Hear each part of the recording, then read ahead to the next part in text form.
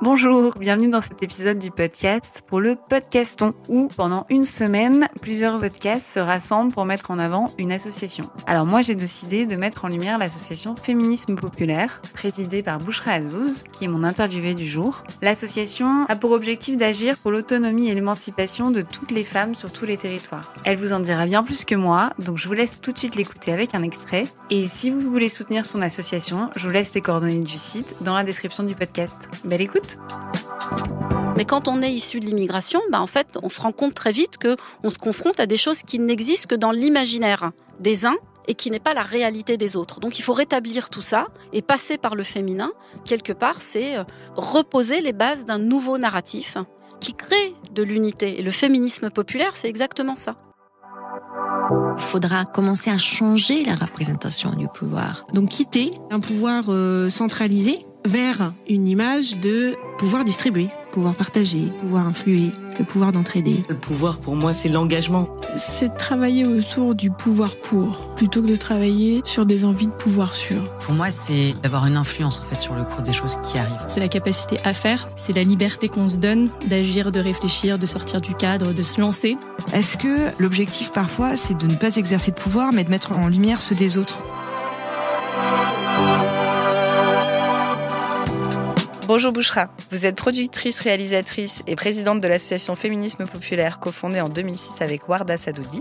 Votre postulat est que pour transformer les quartiers et rompre avec la logique de ghetto, il faut investir avec force sur les femmes, leur puissante dynamique émancipatrice et porteuse de progrès et seule capable de transformer structurellement les quartiers et donc la société.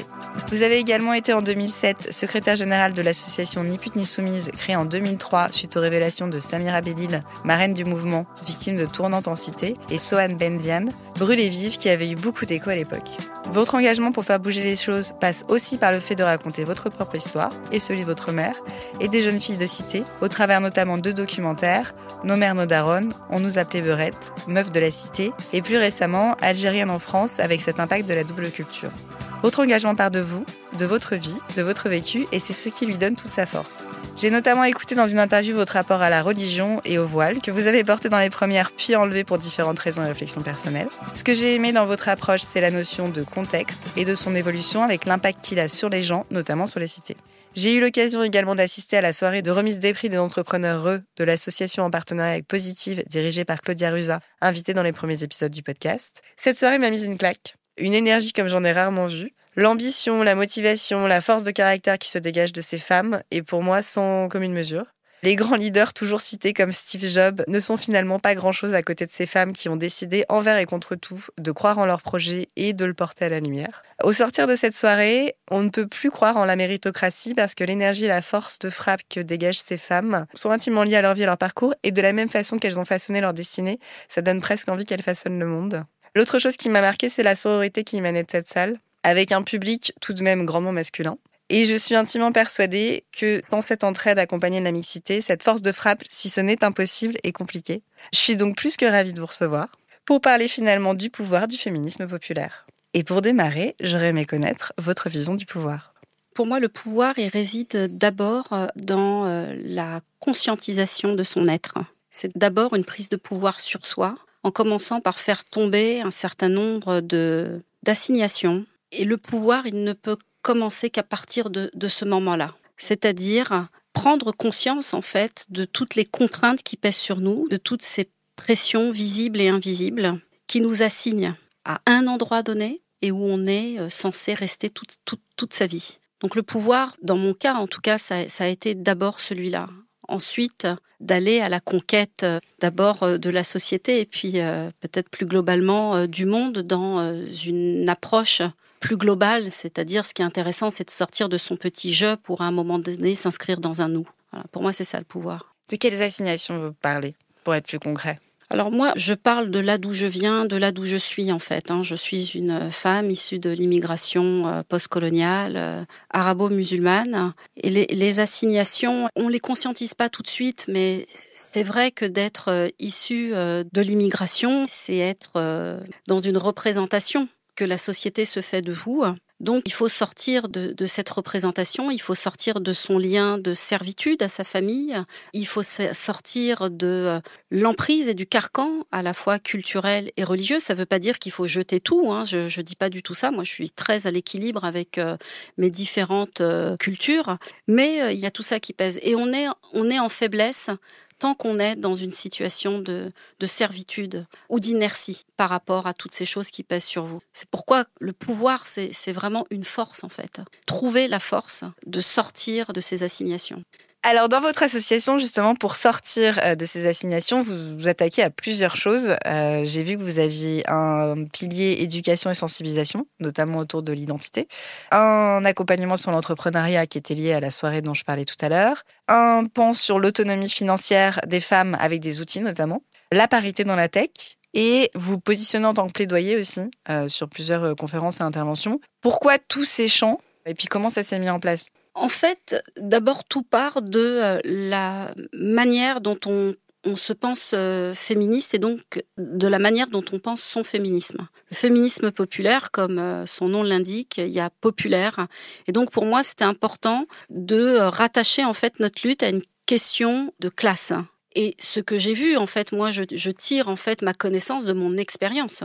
Et cette expérience, elle m'a montré quoi? Elle m'a montré finalement que tout au long du parcours des femmes, et des femmes de ma cité, et des femmes issues de l'immigration, le tournant, il venait très souvent de l'indépendance financière des femmes. Et ça, c'est un peu effleuré dans mes films, mais c'est fondamental.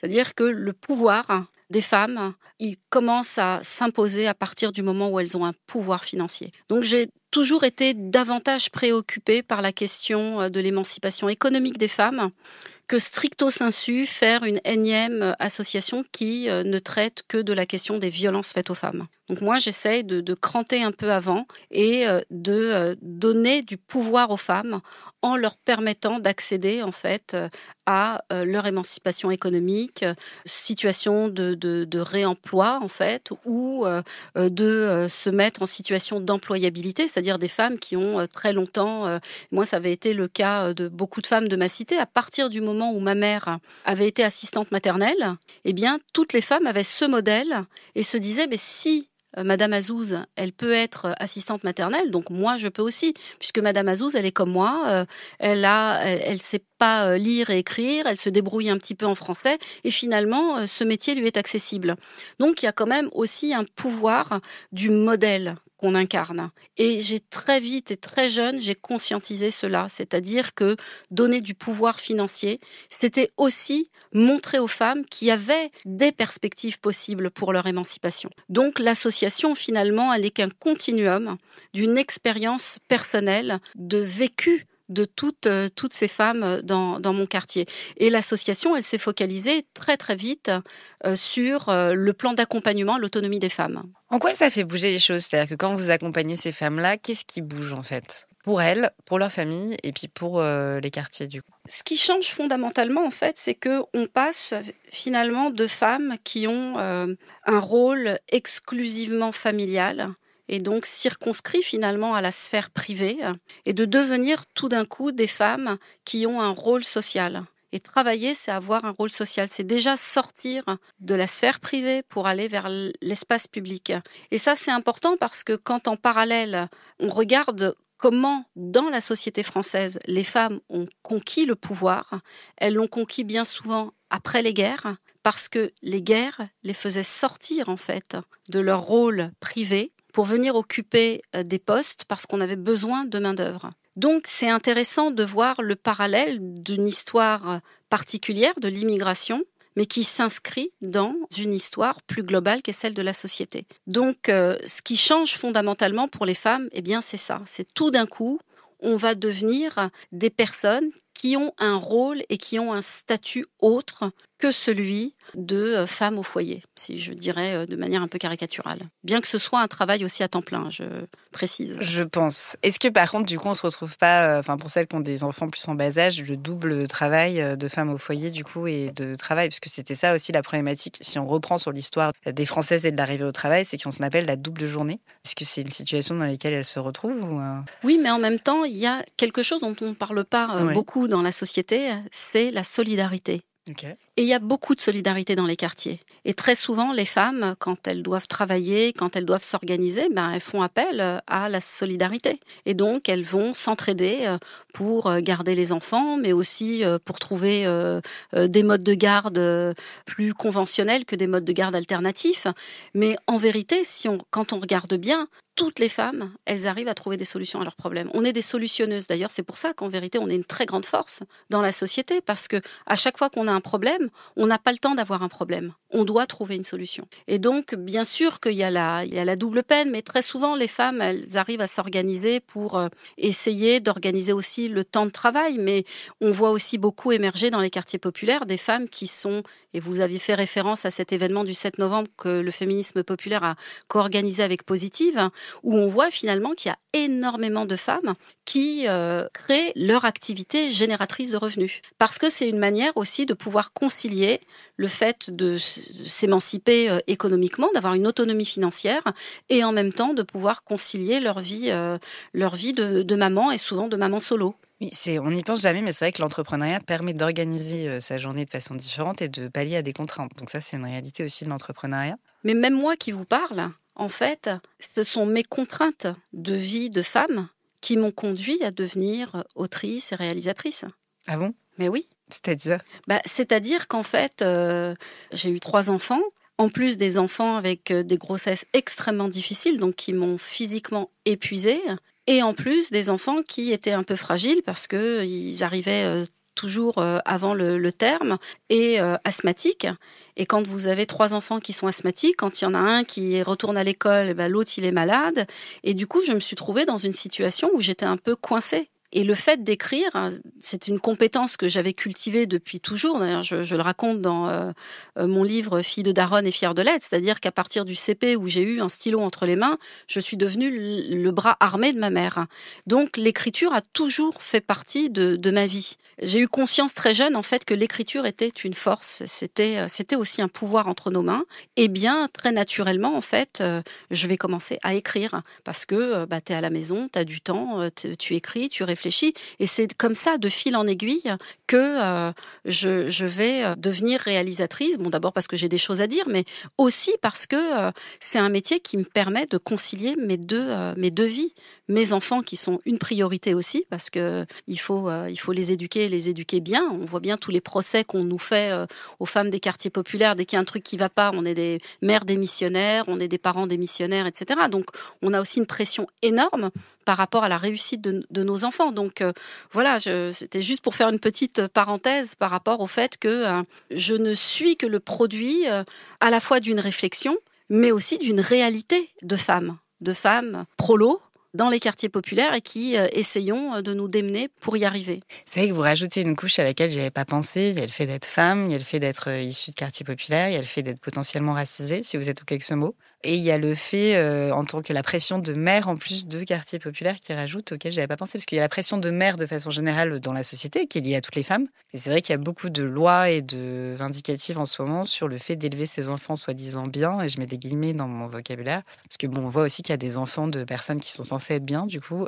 qui ont quelques soucis avec les lois aussi, mais qu'on cible beaucoup moins. Sauf que la focale, elle est mise sur les quartiers populaires. C'est ça, et sur les mères, d'ailleurs, très souvent. Et accessoirement, oui, sur les mères. Et il y a une chose qu'on ne dit pas forcément, et quand on parlait de contraintes, de multifacteurs qui pèsent sur les femmes, vous avez aussi beaucoup de femmes qui arrêtent de travailler ou qui se mettent à temps partiel, ou qui vont plutôt travailler sur des horaires décalés pour pouvoir être présentes pour leurs enfants, parce que c'est très dur d'élever ses enfants en cité, en fait. Ça, on ne le dit pas, mais on devrait même presque avoir une prime compensatoire, parce que c'est encore beaucoup plus difficile. Et c'est pas normal que ce soit plus difficile encore. Alors, j'ai une idée de ce que ça peut être, mais dites-nous ce qui est le plus difficile pour qu'on comprenne vraiment, en fait. C'est difficile parce que vous devez avoir une vigilance accrue pour que vos enfants ne glissent pas, pour qu'ils ne soient pas embarqués dans la délinquance.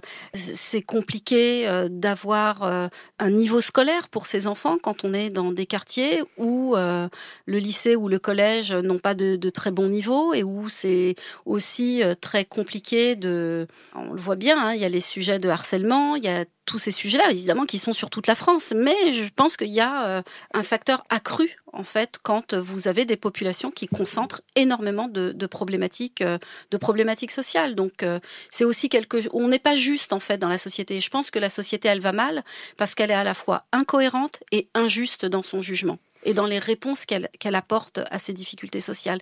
Si bien que vous m'avez demandé si le mot racisé me gênait pas. Il me gêne un peu, ce mot. Okay. Il me gêne un peu, mais parce que il a tendance, si vous voulez, à réduire la question des personnes issues de l'immigration à leur seule identité raciale. Et donc, on occulte totalement la question sociale. Et à un moment donné, la question sociale, elle est aussi dominante dans les problématiques qui se posent à nous. Moi, en vérité, j'ai pas tellement de problème d'être une femme issue de l'immigration. D'abord parce que je suis une femme et que c'est un peu plus facile que pour les garçons.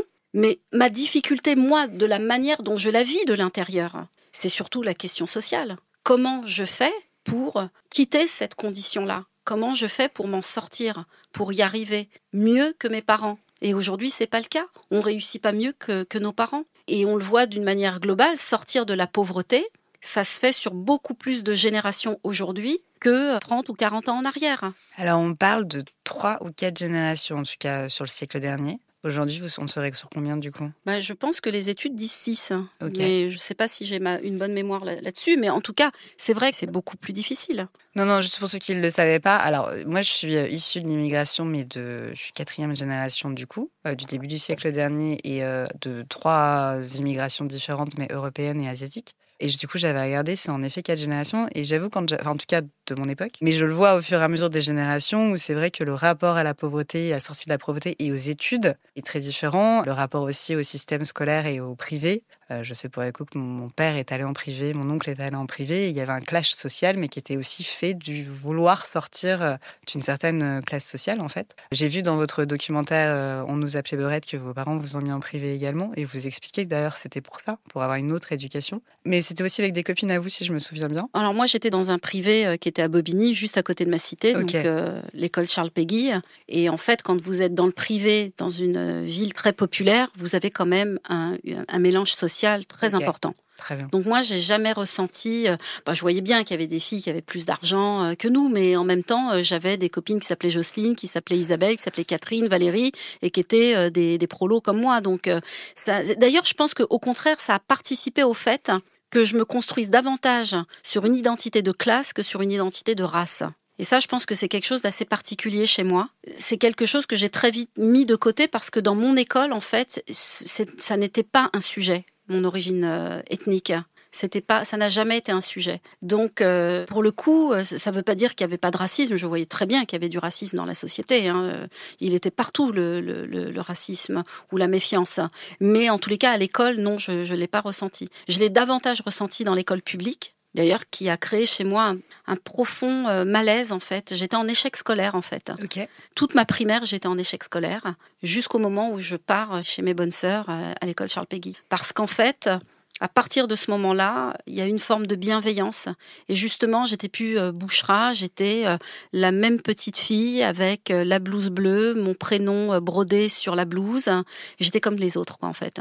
Et ça, c'est très important de se sentir comme les autres. Et aujourd'hui, je le vois quand j'ai fait Meuf de la Cité, c'est effrayant de voir comment on a régressé sur cette question-là. C'est-à-dire que moi, j'appartiens encore à cette génération, et probablement la dernière génération, qui a été élevée dans l'éducation populaire. Et l'éducation populaire, c'est quelque chose qui est très important dans les quartiers, et même qui est très important dans la République. C'est comment on a 3 entités qui jouent un rôle dans l'éducation et dans l'émancipation. C'est l'école, la famille, et hors temps scolaire, il y a aussi une réflexion collective qui était portée par l'éducation populaire. Si bien que les enfants, quand on sortait de l'école, on allait au patronage, et au patronage, il y avait un continuum, si vous voulez, entre l'éducation de vos familles et les valeurs qui étaient portées par vos familles, que vous retrouviez à l'école, et que vous retrouviez en dehors de l'école, dans ce fameux temps qu'on appelait le temps hors scolaire, et où on était pris en charge, dans les colos, les patronages.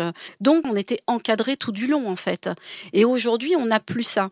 Si bien que vous avez, j'utiliserais presque même le mot d'une contre-société. C'est-à-dire vous avez une société presque élitiste qui porte des valeurs et qui a tendance à exclure. On voit bien, dès qu'il y a un fait divers, on parle de sauvage, on parle d'ensauvagement de la société, mais on n'est pas des sauvages.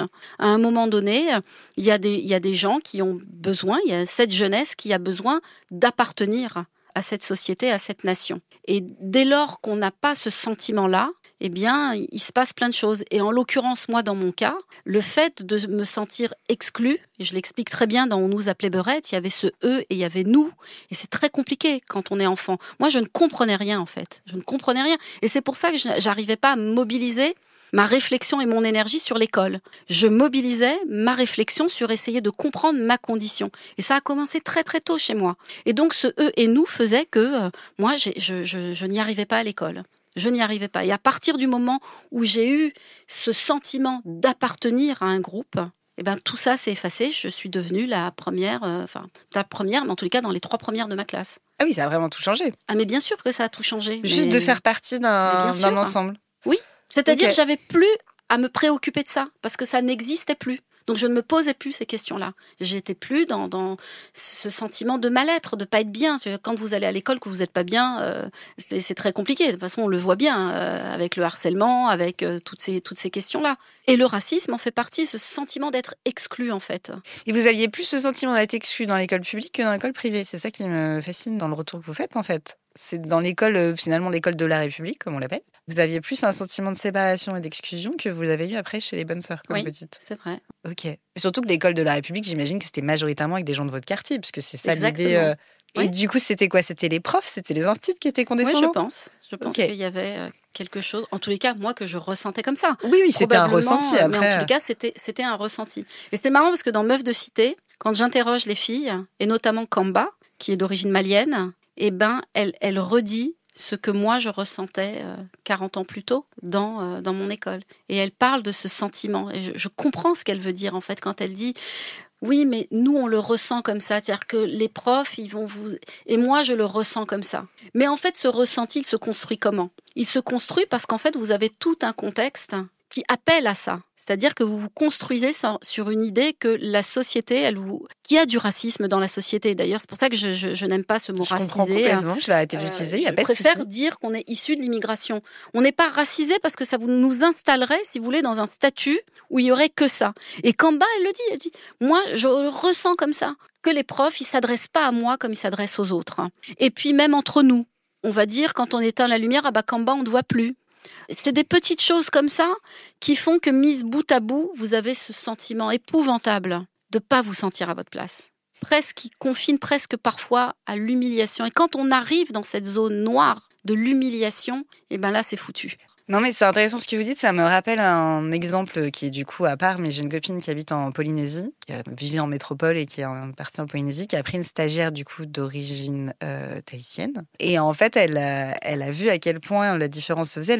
Cette personne qui est restée en stage 3 semaines chez elle, et en plus c'est sa mère pour le coup qui avait vraiment poussé parce que c'est pas courant, enfin c'est pas évident de faire des stages. Et ben en fait, au bout de 3 semaines, elle lui a dit mais en fait t'es jamais venue nous parler ni à moi ni aux masseuses qu'elle voulait faire masseuse. Elle ne parlait qu'aux aides d'entretien. Et en fait, elle lui a dit qu'elle avait peur, en fait, qu'en gros, il y avait les Français et les Tahitiens, et qu'à l'école, c'était pareil, et que du coup, cette différence se faisait clairement, alors que pourtant, ils sont dans leur île, et que finalement, à part des profs, il n'y a pas beaucoup de gens qui sont de métropole. Donc, en fait, ce que vous dites, ça, je rejoins un peu ce qu'elle disait là. Moi, je me suis déjà fait la réflexion une fois, où en discutant avec des personnes d'origine, du coup, plutôt de quartier, en me disant, il y a les Françaises et il y a nous. Et moi, j'avoue, ça m'a toujours un peu marqué, genre, ok. Après, c'est un ressenti que je comprends. C'est un ressenti que j'ai encore plus compris dans votre documentaire parce que je vois très bien comment se fait la scission, vous l'expliquez très bien. Mais du coup, je me suis vraiment posé la question, finalement, comment on rejoint les deux. Et puis, pour revenir à la soirée dont je parlais tout à l'heure, moi, quand j'ai vu ces entrepreneurs qui ont conquis un monde entrepreneurial qui dépasse les frontières du quartier, du coup, je me suis dit, comment elles sont allées aborder ça et elles ont pris une posture, finalement, qui est différente de celle dans laquelle elles ont grandi aussi, j'imagine. Les filles, en fait, au-delà même de la question de l'entrepreneuriat, elles se construisent en dehors du quartier. Okay. D'ailleurs, on le voit très bien dans Meuf de Cité, c'est-à-dire qu'elles ont compris que la cité, c'est le monde des mecs.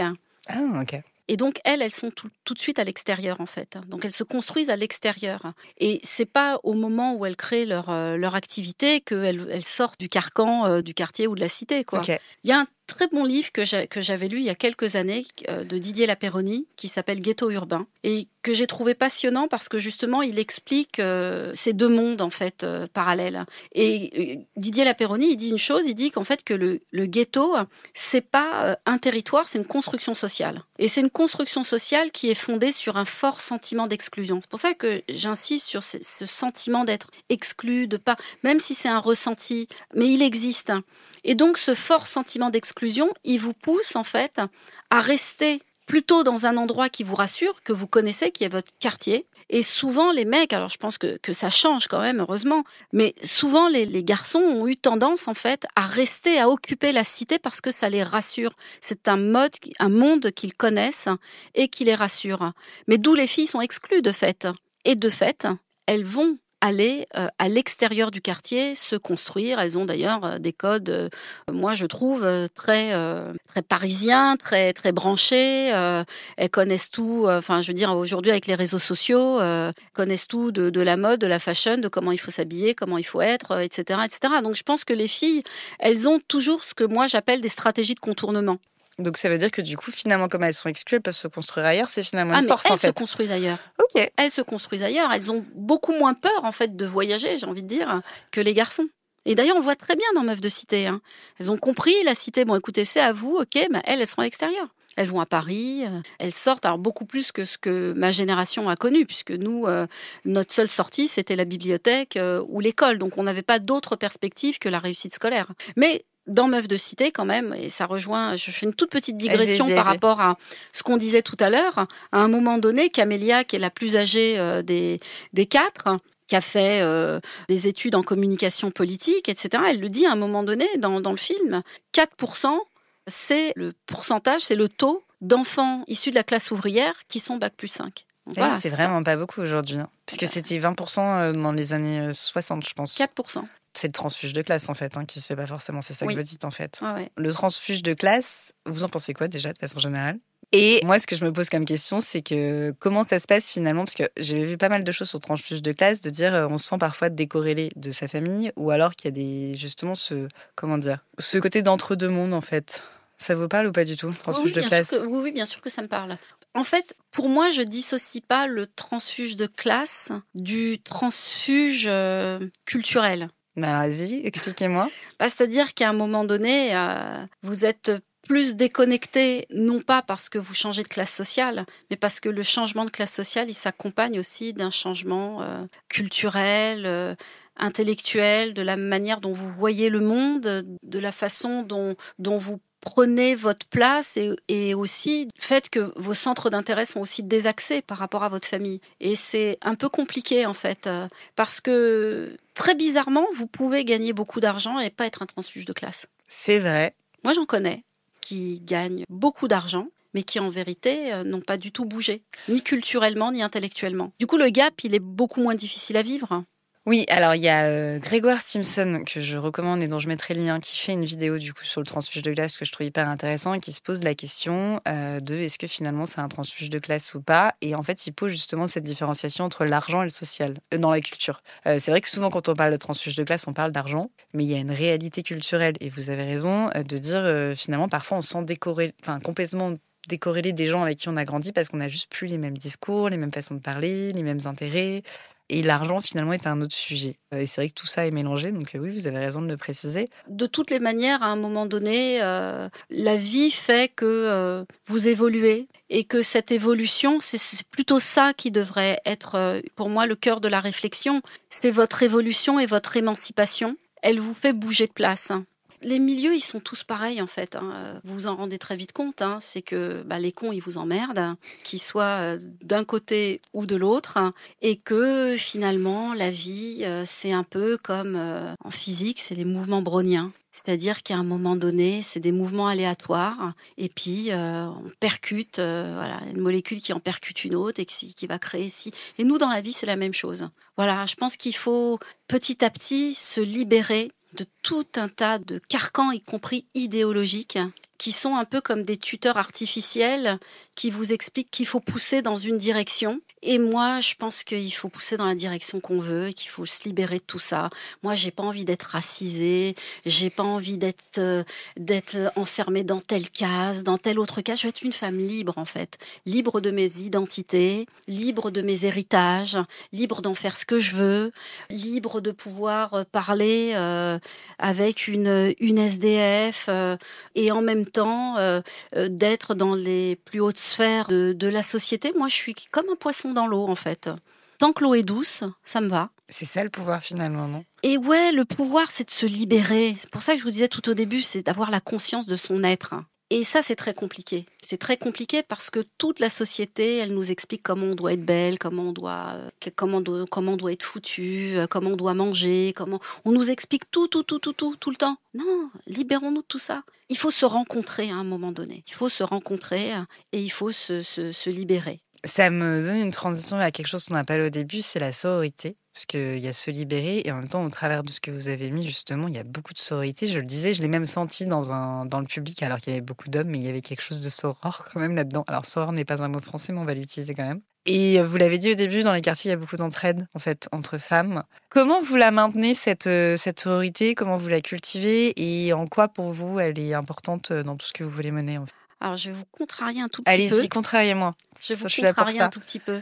Moi, j'aime bien parler de solidarité. Ouais. Et la solidarité, c'est une manière d'être. C'est une manière de se penser dans la société et de se dire, est-ce qu'on peut s'entraider ? Et j'ai pas l'impression que les femmes, parce qu'on est des femmes et qu'on est flanquées des mêmes problématiques, on a une manière spécifique d'être solidaires entre nous, ou en tous les cas, une obligation d'être solidaires entre nous. Moi, dans les différents espaces où j'ai roulé un peu ma bosse, j'ai pas forcément été aidée par des femmes. Okay. Donc, mais pourtant, je comprends qu'il devrait y avoir une conscience collective sur le fait qu'être femme, c'est un combat qu'on doit mener collectivement dans la société et que, en général, quand on mène des combats qui sont marginalisés, c'est quand même mieux que celles qui sont concernées par ces problématiques, elles s'allient pour être plus efficaces dans la lutte.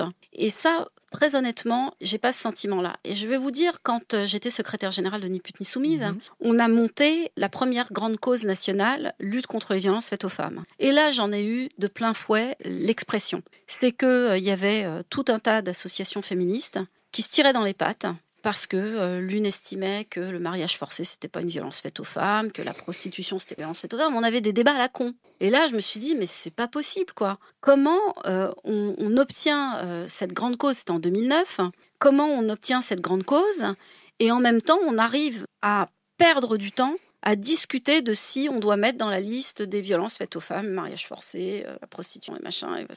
Ça paraît terrible ce que je dis aujourd'hui, mais quand on remonte à 2009, si, c'était tout à fait possible. Donc, le féminisme populaire, c'est une pensée politique. Et c'est une pensée politique qui part de nous, les femmes qui y réfléchissons, et des femmes en l'occurrence issus des quartiers populaires, dans toute la diversité que constituent les quartiers populaires, et de se dire, en fait, comment on peut œuvrer dans cette perspective qu'est la République, qui est liberté, égalité, fraternité. Et donc, nous, de là où on part, avec les contraintes qui pèsent sur nous, avec toutes ces difficultés qu'on doit lever avant même d'arriver sur la ligne de départ pour jouer notre course, avant même d'arriver sur cette ligne de départ, on a un boulot monstrueux à faire. Mais ce que nous tirons de cette analyse, de cette réflexion de notre condition, c'est d'essayer de réfléchir à comment on arrive à penser un peu plus haut la liberté, un peu plus loin l'égalité, un peu plus loin encore la fraternité. Donc c'est pour moi une pensée politique qui ne se contraint pas aux femmes, mais qui part de l'expérience des femmes pour penser une société collective, pas une société pour les femmes, pensée par les femmes, mais une société pensée par les femmes pour un bien-être collectif. Pourquoi par les femmes, du coup ? Par les femmes, parce que le féminisme populaire, il vient de nous. Oui, mais je veux dire... Ça part de nous, c'est de ça que je veux dire. Ça part de cette réflexion, mais qui est une réflexion globale. C'est pas une réflexion sur une frange de la société pour se dire comment... bien sûr que ça profite aux femmes, parce que on analyse et on a une critique radicale de la société parce qu'elle nous empêche du fait qu'on est des femmes, finalement, de nous donner les moyens de notre émancipation. Je veux dire, vous parliez tout à l'heure de la garde d'enfants, c'est pas normal, mais en même temps, c'est tout à fait logique qu'une société politique qui a exclu les femmes du champ politique depuis la Révolution française, référence à mon livre « Les femmes au secours de la République » que j'ai coécrit avec Corinne Lepage, où on montre bien comment la Révolution, petit à petit, en s'organisant en un système politique, va exclure les femmes du champ politique. Et donc, une société, une république qui est pensée par les hommes, pour les hommes, avec un rôle normé des femmes qui s'occupent de la sphère privée, c'est normal que dans une société, on ne pense pas à la garde d'enfants. Oui, c'est sûr. Oui, puisque de toute façon, les femmes, elles sont censées être à la maison et elles sont censées garder les enfants. Donc, vous voyez qu'on a tout un champ à aller investiguer, à aller transformer structurellement par notre combat spécifique qui part de nous et qui va aller travailler sur la liberté, sur, encore une fois, l'égalité. C'est quoi l'égalité femmes-hommes dans une société éminemment patriarcale? Globalement, c'est une société finalement plus juste, plus égalitaire, plus émancipatrice. Et ça profite à tout le monde, pas qu'aux femmes. C'est une société optimisée par ce prisme-là. C'est très clair ce que vous dites, que du coup, c'est ce changement qui va ensuite changer toute la société et que, comme vous dites, les femmes ont été exclues. Maintenant, on parle de féminisme populaire. Du coup, vous le différenciez d'un féminisme plus large, j'imagine, parce que vous avez rajouté le nom populaire et c'est lié au quartier et au ghetto. Du coup, pourquoi cette différenciation particulièrement importante? Et puis, dans une société qui devient quand même de plus en plus communautariste pour plein de raisons qui sont politiques, clairement. Comment est-ce que vous voyez cette force de frappe que vous voulez avoir finalement pour aller vers encore plus de liberté? En quoi finalement avoir de se battre pour un féminisme populaire et en faire une action politique est aussi gagnante pour l'ensemble du féminisme, des femmes et du coup de toute la société? Moi, quand je suis sortie de Ni pute ni soumise, je suis partie avec cette réflexion-là qu'il fallait absolument objectiver ce féminisme particulier qui était porté par nous, les femmes issues de l'immigration postcoloniale, et en même temps issues des quartiers populaires. Moi, je ne dissocie jamais les deux. Poser, en fait, qu'il y a un féminisme qui organise sa lutte, à la fois en travaillant sur la question sociale, c'est-à-dire sur le déterminisme social, mais en même temps avec ses particularités que sont cette génération de femmes qui arrivent tout de suite après la colonisation, et donc ils vont devoir se battre à la fois pour l'égalité citoyenne, mais pour faire évoluer aussi les modus vivendi dans les familles et arracher l'égalité entre nos frères et nous. C'est une lutte spécifique. Ça ne veut pas dire qu'elle est en opposition avec le féminisme, j'allais dire, conventionnel, qui s'inscrit dans cette lutte historique depuis la Révolution française, avec toutes ces grandes figures féminines depuis Olympe de Gouges, Louise Michel, etc. Il y a quand même un fil qui est tiré et qui est lié à l'histoire de la nation. D'accord ? Nous, on vient se greffer là-dessus. Et donc, en se greffant là-dessus, il faut qu'on rattrape le train en marche. Et donc, en rattrapant le train en marche, on est obligé quand même d'objectiver notre lutte, de dire ce qu'elle est dans cette temporalité spécifique, cette tranche d'histoire qui est à la fois la décolonisation et en même temps construire son identité sociale. C'est-à-dire les deux sont liés, mon immigration et ma condition sociale. Et comment en alliant les deux, puisqu'il y a quand même tout ce combat postcolonial, c'est-à-dire écrire une société dans laquelle les enfants décolonisés deviennent des citoyens à part entière. Ça tombe pas du ciel. C'est quelque chose qui se travaille, qui est une lutte de transformation de la société, de transformation des imaginaires. Et là, je fais le lien avec mes films, parce qu'à un moment donné, si vous voulez transformer les imaginaires, il faut transformer des images par d'autres images. Mais si nous, on raconte pas cette histoire qui est la nôtre, à un moment donné, elle s'inscrira pas. Donc, on a ce travail de transformation des imaginaires. Et donc, travailler sur les deux, à la fois cette immigration, raconter quel a été ce parcours âpre, difficile, de s'inscrire dans une société qui est encore lourdement impactée, lourdement biaisée par cette image coloniale, et en même temps on est des femmes, et en même temps on est des quartiers populaires. Donc on a un destin particulier et on va participer à écrire cette page. Et cette page, elle est féministe. Et ça, on a du mal à le poser, à l'imposer et à l'inscrire dans cet héritage. Et donc le féminisme populaire, c'est pas du tout un féminisme antagoniste. C'est un féminisme qui s'inscrit dans cette continuité et qui dit finalement quelque chose qu'on n'a jamais dit, qui est que l'intégration, quand on la regarde par le prisme du féminin, eh bien, c'est comment les femmes vont intégrer ces luttes systémiques, cette lutte, à la fois lutte des classes, à la fois lutte des sexes, j'ai envie de dire, lutte féministe. Et donc, il y a quelque chose d'inédit, en fait. Et c'est quelque chose d'exceptionnel, d'extraordinaire qui s'est passé et qu'on n'a pas raconté, qu'on n'a pas retenu dans notre narratif. Et c'est terrible, parce que finalement, qu'est-ce qu'on en retient ? On en retient mais l'immigration, c'est un échec. Non, l'immigration, c'est pas un échec, je suis désolée. Si vous regardez l'histoire des femmes des quartiers populaires depuis nos mères, nos daronnes, on nous appelait beurettes et meufs de la cité, je suis désolée, moi je vois du progrès. Je vois des femmes qui, en luttant à la fois sur la question de leurs origines, de l'immigration, et en même temps sur la question sociale, comment on arrive à sortir de notre condition sociale, moi je vois qu'un récit positif. Et c'est pour ça que je me suis attelée en fait à proposer cette narration au féminin pluriel des quartiers populaires et de l'immigration. C'est pour démontrer que finalement, quand on regarde ailleurs, que ce regard éminemment masculin qui nous raconte les guerres, les vainqueurs et les perdants, les humiliés, les conquérants, les dominants, qui nous racontent que finalement, nos pères sont venus reconstruire la France, et donc ils n'ont aucune, il n'y a pas d'humanité là-dedans. C'est-à-dire, c'est des bêtes de somme qui sont venus reconstruire. Mais moi quand mon père il me raconte son histoire, je vois pas un mec qui est venu reconstruire la France. Je vois un mec qui a fait des études, qui était francophone, qui était baigné de culture française et qui, après la colonisation, est venu travailler, bien qu'il n'en avait pas besoin puisqu'il avait une belle fonction au Maroc, mais qui vient aussi parce qu'il aime la littérature, il aime la culture française. Tous ces récits passent à la trappe de cette espèce de normativité du récit qui devient un mythe auquel on se confronte tous, mais quand on est issu de l'immigration, en fait, on se rend compte très vite qu'on se confronte à des choses qui n'existent que dans l'imaginaire des uns, et qui n'est pas la réalité des autres. Donc il faut rétablir tout ça et passer par le féminin. Quelque part, c'est reposer les bases d'un nouveau narratif qui crée de l'unité. Et le féminisme populaire, c'est exactement ça. Vous le disiez en avant-propos, c'est cette dynamique émancipatrice, elle est suffisamment puissante pour à la fois transformer les quartiers, transformer notre imaginaire, transformer notre récit mythique en un récit du réel et, accessoirement, transformer aussi la société. Parce que la société, elle est en difficulté parce que pour moi, elle n'a pas su voir que l'immigration et que finalement la République, ça pouvait être aussi un phare à l'horizon de gens qui venaient de partout, qui venaient d'ailleurs, avec des religions, des cultures, des langues différentes. Mais finalement, ce langage universel qu'est la République, parce que liberté, égalité, fraternité, tout le monde comprend et tout le monde y aspire.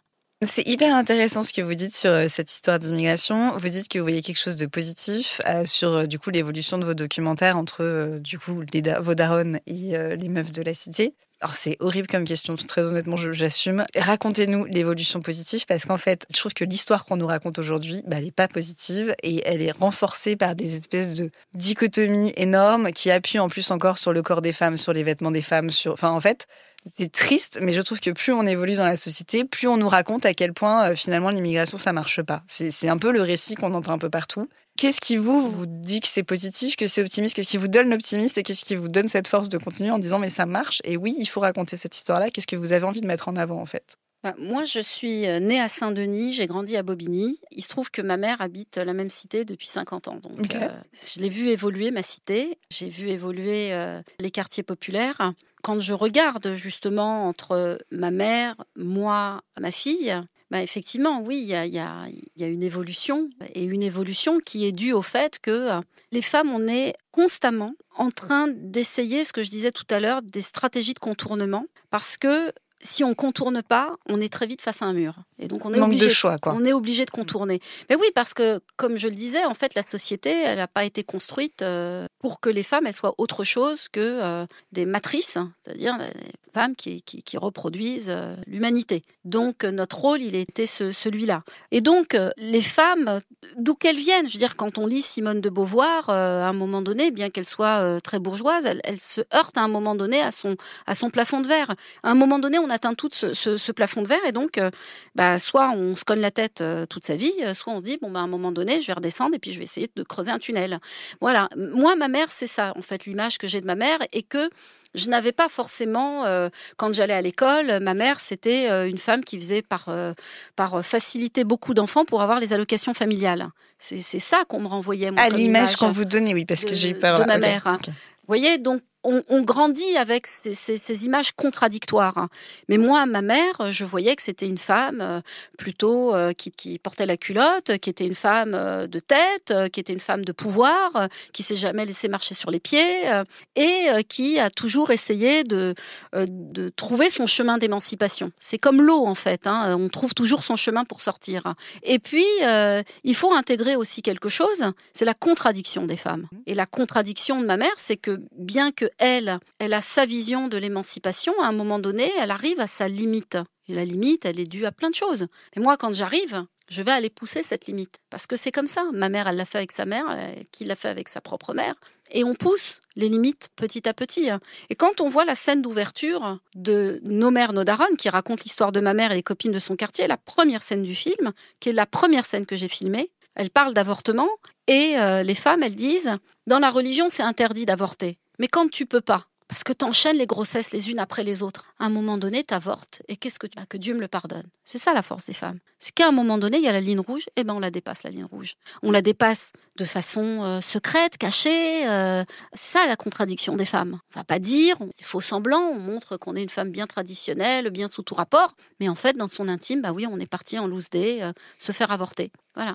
Donc, nous, quand on arrive, la génération suivante, on va dire à nos mères, écoute maman, t'es bien gentille, mais moi, je ne vais pas me marier avec le premier venu, sous prétexte qu'il a toqué à la porte et qu'il est venu me demander en mariage. Et ainsi de suite. Et nous, ça ne nous serait pas venu à l'idée de dire on a donné plus de liberté à nos filles. Parce qu'on a vu que finalement, les contraintes par lesquelles on passait, ça menait nulle part. Ça vous confisquait juste des chances d'évoluer, de vivre la vie que vous aviez envie de vivre. Et donc, d'une génération à l'autre, et même si votre daronne, elle est voilée et qu'elle est plutôt traditionnelle ou pratiquante, finalement, elle-même, elle se rend compte dans sa vie que... Et moi, ma mère, son trauma, ça a été l'école. Donc, elle nous a permis d'aller à l'école. Elle voulait absolument qu'on aille à l'école. Là où les autres familles de sa génération à elle, sortaient très vite les filles de l'école parce qu'il fallait les marier et que c'était des bombes à retardement. Moi, ma mère, c'était pas du tout son sujet. Elle voulait des filles émancipées qui vont à l'école et qui ont la poche bien pleine pour pas se laisser emmerder par un mec. Mais à côté de ça, elle vous empêchait tout. Vous n'aviez pas le droit d'aller au cinéma, vous n'avez pas le droit d'aller aux anniversaires des copines, il y a plein de trucs qu'on n'avait pas le droit de faire. Mais elle, c'était sa vision des choses. Et donc voilà le progrès d'une génération à une autre, on pousse un peu plus loin. Alors c'est vrai que dans la société, on est focalisé sur la question du voile et on a enfermé ça dans, soumission des femmes, etc. Puis finalement, on est un peu pris de court parce qu'en fait, on se rend compte que sur TikTok, sur les réseaux sociaux, vous avez des filles maquillées comme des voitures volées, qui portent le voile, qui sont ultra sexistes, complètement contradictoire tout ça, mais c'est pas grave. Et donc, ça vient perturber finalement les vérités absolues qu'on érige en règles immuables. Donc, on pense que parce qu'une mère est voilée, du coup, elle est rétrograde, etc. Et en fait, c'est beaucoup plus compliqué que ça. Vous avez des femmes qui sont voilées et dont les filles vont faire des téléréalités ou des Koh-Lanta ou de je sais pas quoi. Et en fait, tout ça est tout bizarre, quoi. Et donc, voilà, le progrès, il est là, il est en marche, il est à l'œuvre. Alors ça ne veut pas dire que dans la société, il n'y a pas à un moment donné des mouvements comme on a pu le voir et dont je parle dans On nous appelle Beurette avec l'islam radical qui arrive et qui est une nouvelle contrainte. Mais nous, les nanas, on est toujours dans nos stratégies de contournement. Et moi, je sais que ma génération, vous le disiez, j'étais une des premières filles voilées en France. J'ai fait partie de cette génération qui a été vers le voile. Pourquoi ? Parce que le voile, il était émancipateur. Parce que dans nos familles, c'était été compliqué, cette nouveau prototype de filles musulmanes, maghrébines, qui naissent en France, qui grandissent en France. C'est pas naturel en fait d'être de culture française, de langue française, d'habitus français. Pour nos parents, c'était très compliqué. Donc le voile, c'était une manière de leur dire mais vous inquiétez pas. On reste accroché aux traditions, mais en même temps, nous, on va aller à la fac. Puis on va voyager parce que c'est sympa de voyager. Puis le voile, ça rassurait, en fait. Donc ça a été un moyen d'émancipation. Ça a été aussi, pour les filles de ma génération, une prise de pouvoir. Là où les filles étaient mariées avec les mariages arrangés, les filles voilées, elles disaient, non, en fait, dans le Coran, c'est écrit qu'on est libre, on nous impose pas nos maris. Donc tout ça, c'était une espèce de tambouille un peu compliquée. Et en fait, je pense qu'il faut faire confiance aux femmes. On le voit bien en Iran avec Femmes, Vie, Liberté, que finalement, celles qui vont être au devant de la contre-révolution islamique, ça sera les femmes. Et donc, moi, je crois beaucoup dans la puissance des femmes. Ça ne veut pas dire que vous n'avez pas des ayatollahs femmes, entendons-nous bien. Je ne dis pas le contraire. Tout comme on parle du féminisme et on parle d'un féminisme politique. Et quand on voit Marine Le Pen, on dit oui, mais ça n'a rien à voir. C'est pas parce que vous êtes une femme que vous êtes le porte-drapeau d'une conquête politique féministe, c'est-à-dire qui ancre la question de l'égalité au cœur de la matrice de la République. Et vous allez avoir des hommes qui vont être des féministes en puissance parce qu'ils ont compris que l'enjeu de la société de demain, ça sera cette égalité entre les hommes et les femmes, stricte, rigoureuse, et non grappillée millimètre par millimètre et par approximation. Donc voilà, moi je crois beaucoup, y compris dans les quartiers, et parce que j'y vis, et parce que j'y suis, et parce que je fais beaucoup de projections, débats de mes films dans toute la France, dans tous les quartiers de France, et je vois que cette dynamique, elle est portée par les femmes. On n'a pas su de génération en génération, construire et préserver en fait la cohésion sociale qui existait avant. Et ça doit être un vrai sujet de réflexion. Pourquoi ça n'existe plus ? On est tous, et nos politiques y sont pour beaucoup aussi. C'est-à-dire que depuis 2002, Le Pen au second tour de la présidentielle, en fait, il y a eu un virement à droite toute. Là où il aurait dû y avoir un virage à gauche toute, en vérité. Parce que l'éducation populaire, elle a été complètement détruite dans la société française. Et c'est ça qui nous manque, en vérité. Les gilets jaunes qui faisaient le piquet sur les ronds-points, ils voulaient quoi ? Ils voulaient être ensemble, prendre des cafés. C'était hyper sympa comme ambiance, en vrai. Mais c'est ça que les gens, ils veulent. Ils veulent à un moment donné, c'est la galère. On n'arrive pas à mettre de l'essence, on n'arrive pas à se chauffer, on n'arrive pas... Mais à un moment donné, on peut être en souffrance tous ensemble et partager un moment sympathique. Il n'y a pas besoin d'argent pour partager un moment sympathique. Il y en a qui ramènent du café, les autres ils ramènent une soupe, les autres ils ramènent des sandwichs. Et ils étaient ensemble. Ils faisaient communauté ensemble. C'est ça qui nous manque. Je suis d'accord. Moi, du coup, au travers de ce que vous faites, donc l'association du féminisme populaire, vous recréez cet esprit-là, en fait, au travers des femmes. C'est ça, en fait, l'idée aussi. Vous parlez de solidarité tout à l'heure. De recréer cet esprit au travers des femmes, de donner de l'émancipation financière, de créer un collectif aussi. Moi, c'est ce que j'ai vu à la soirée. C'est un énorme collectif. Comment est-ce qu'on peut vous aider dans votre association et dans ce que vous faites aujourd'hui ? Comment on peut nous aider ? En nous soutenant, tout simplement, en allant sur le site. On a besoin de bénévoles aussi, on a besoin de gens qui s'engagent. Donc voilà, plus on est de folles, plus on rit. Donc des femmes surtout, du coup ? Non, pas du tout. Alors moi, j'ai un coprésidente. Ok, non, parce que vous avez dit plus on est de folles, c'est pour ça que je précise. Oui, mais c'est normal. À un moment donné, on a inversé, j'aime bien Tiffen D. Oui. Donc c'était une petite dédicace à Tiffen. Bien. De féminiser. Oui, mais parce qu'on est majoritaire, donc c'est bon, le féminin l'emporte sur le masculin quand elle est en nombre. Faut pas exagérer quand même. Vous avez raison, l'accord à la majorité, qui existe toujours d'ailleurs à l'Académie française, je tiens à dire. Voilà, exactement. Et vous aidez en quoi, Dieu, pour que les gens comprennent en quoi ils pourraient vous aider, en quoi ça pourrait les apporter de participer, d'être bénévole dans votre association ?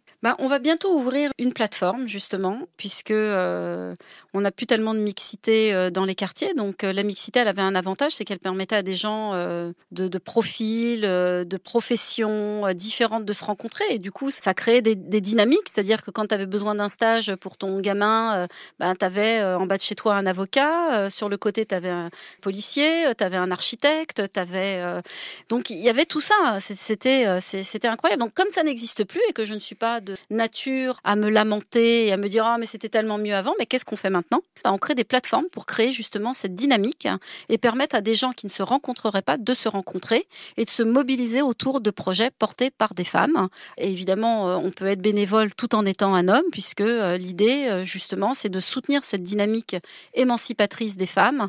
Et donc, cette plateforme, elle va permettre de créer, en fait, une communauté autour d'un projet et d'aider ce projet à éclore, à avancer, à se consolider, à se pérenniser. Donc voilà, bientôt on va mettre ça en route. Donc on peut. Alors moi je suis très facilement joignable sur les réseaux sociaux. En général je réponds à tout le monde. Donc voilà, on peut m'écrire et puis aussi aller sur le site du féminisme populaire. Eh bien très bien. Donc si vous avez envie de rejoindre une communauté, pour le coup, large, où on rencontre plein de personnes, hommes, femmes, de tout horizon, pour mener cette ambition de participer à l'émancipation des femmes, en fait, pour créer un monde meilleur. Et de recréer la cohésion sociale. Du coup, contactez Bouchra Azouz avec 2 S, mais de toute façon, je mettrai vos coordonnées et le site du féminisme populaire dans le podcast. Merci beaucoup. Et juste pour finir, je vais juste vous poser la dernière question que je pose dans le podcast, qui est, selon vous, qu'est-ce qu'il faudrait faire évoluer dans la société pour arriver à une égalité de pouvoir au sens large? Pour moi, l'égalité de pouvoir, elle viendra quand on sera au pouvoir. Et je m'explique.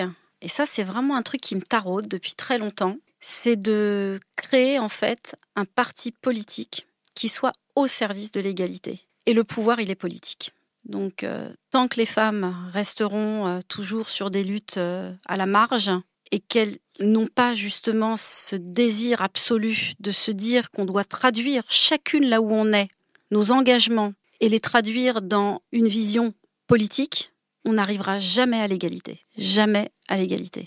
C'est politique. Et d'ailleurs, quand on me demande de me définir, je dis que je suis une femme politique. Je suis ni une réale, ni une militante. Je suis une femme politique parce que j'ai compris que le pouvoir, il était à cet endroit-là. Merci beaucoup. Merci.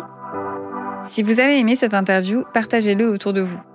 Dites-le nous aussi en commentaire, sur les plateformes ou sur les réseaux. C'est toujours un plaisir d'avoir vos retours. Et bien sûr, pensez aux étoiles pour toujours nous donner plus de visibilité. Merci beaucoup et à bientôt.